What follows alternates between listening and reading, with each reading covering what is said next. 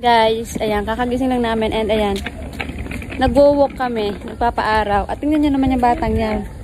May dala pang stroller, tapos ang nakalagay yung kanyang mga baby. Ayan o. Mga baby niya yung nakalagay. Aray ko! Binanggana ako. Ayan, tingnan nyo naman. Sobrang pagmamahal niya sa kanyang mga baby. Pinapaarawan niya din. Kahapon kasi guys, umalis sila ng kanyang bobot na kanyang daddy. Ayan. Bumili na naman ng laruan. May ganito na siya dati guys, na toys. Sobrang gamit na gamit niya na maitim na. Tapos ayaw niyang palabhan. Minsan nga nilalabhan ko, nakita niya na sa tubalan. Umiyak siya, kinuha niya. Ayaw niya talagang palabhan. And ayan, binila na naman siya ng kanyang daddy. Dalawa pa kasi last na daw yung dalawa na yan. Yan, last na daw yung dalawang yan. Kaya binili na pareho ng kanyang ama. Napakagaling.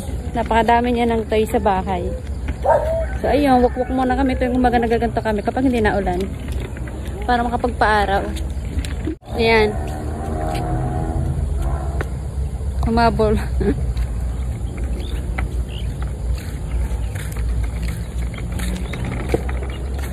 Sa halip na siya nakasakay doon, ang mga baby niya sinakay niya. Ang batang ano, mukha ng baby. Yan, ganyan siya guys. Napakahilig niya guys sa mga teddy bears. Binibaby-baby niya talaga. Minsan na nga nakita ko, yung mga bibig may laman ng mga kaning-kaning kasi sinusubuan niya din.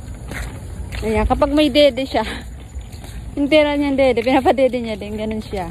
Pero guys, dalaga na talaga ang ating Siameng kasi hindi na siya na dede. Ayan, ano na siya talaga. Kapag i-sleep siya sa gabi, binibigyan ko siya ng dede, pero hindi niya na talaga dinedede. Ayaw niya na. And guys, hindi din siya nagda-diaper, nagbibibi na siya ng kanya. Diba? Dalaga na ang ating Siameng. Ayan, mainit na. Mainit na. Diba? Ayan. Walk-walk muna kami. Buti na hindi umulan guys. Kasi parang kakatila lang eh. Masarap maglakad-lakad dito guys. Sa amin dito. Ayan. Kasi wala masyadong dumadaan sa sasakyan. Kaya safe ang bata. Pero minsan lang talaga may mga motor. Kanyan. Ayan siya. Ang bata. No. Dito. Ayan, may naglalako pa ng ano, puto. Let's go na. Sabi ng taho, ikaw. Ay, taho pala. Pangalit Pakalikoy puto. Ayan, huwag nyo na pansinin yung kilikili kong maitim. Huwag nyo nang pansinin. Masultan na ako masyado. Guys, hindi na kayo masyadong active dito sa YouTube ha. Doon kami active guys sa Facebook namin, Facebook page namin guys. And kaka 100k followers lang namin. And ayun guys, follow nyo kami sa aming page.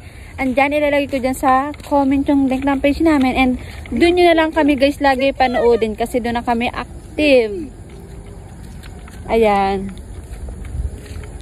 Doon kami nagbabardagulan ng inyong Daddy Edmar. Doon kami gumagawa ng mga content kaya sana doon nyo na kami panoodin. Ayan, para palagi pa rin kayo nakasubaybay sa amin, no, diba?